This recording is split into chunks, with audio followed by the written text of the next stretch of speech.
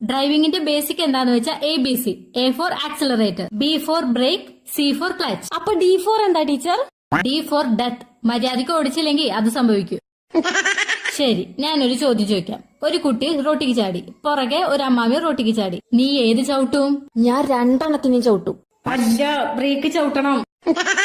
ആദ്യം ക്ലച്ച് ചവിട്ടി, രണ്ടാമത് ഗിയർ ഇട്ട്, മൂന്നാമത് ക്ലച്ച് റിലീസ് ചെയ്യുമ്പോ വണ്ടി മുന്നോട്ട് പോകും. ഇനി വണ്ടി എടുക്ക്.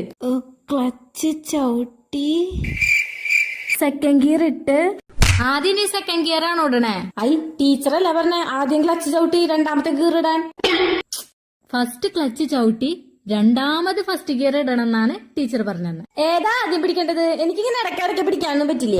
ഇപ്പൊ ഞാൻ ഫസ്റ്റ് ഗിയർ ഇടണോ അതോ സെക്കൻഡ് ഗിയർ ഇടണോ? ഫസ്റ്റ് ഗിയർ തന്നെ ഇടണം, എന്നാ അത് രണ്ടാമത് ഇടണം. അപ്പൊ ക്ലച്ച് എന്താ ചെയ്യണ്ടേ? ക്ലച്ച് തന്നെയാ ഫസ്റ്റ് പിടിക്കേണ്ടത്. അപ്പൊ ഞാൻ ആദ്യം ക്ലച്ച് പിടിക്കണോ അതോ ഗിയർ ഇടണോ?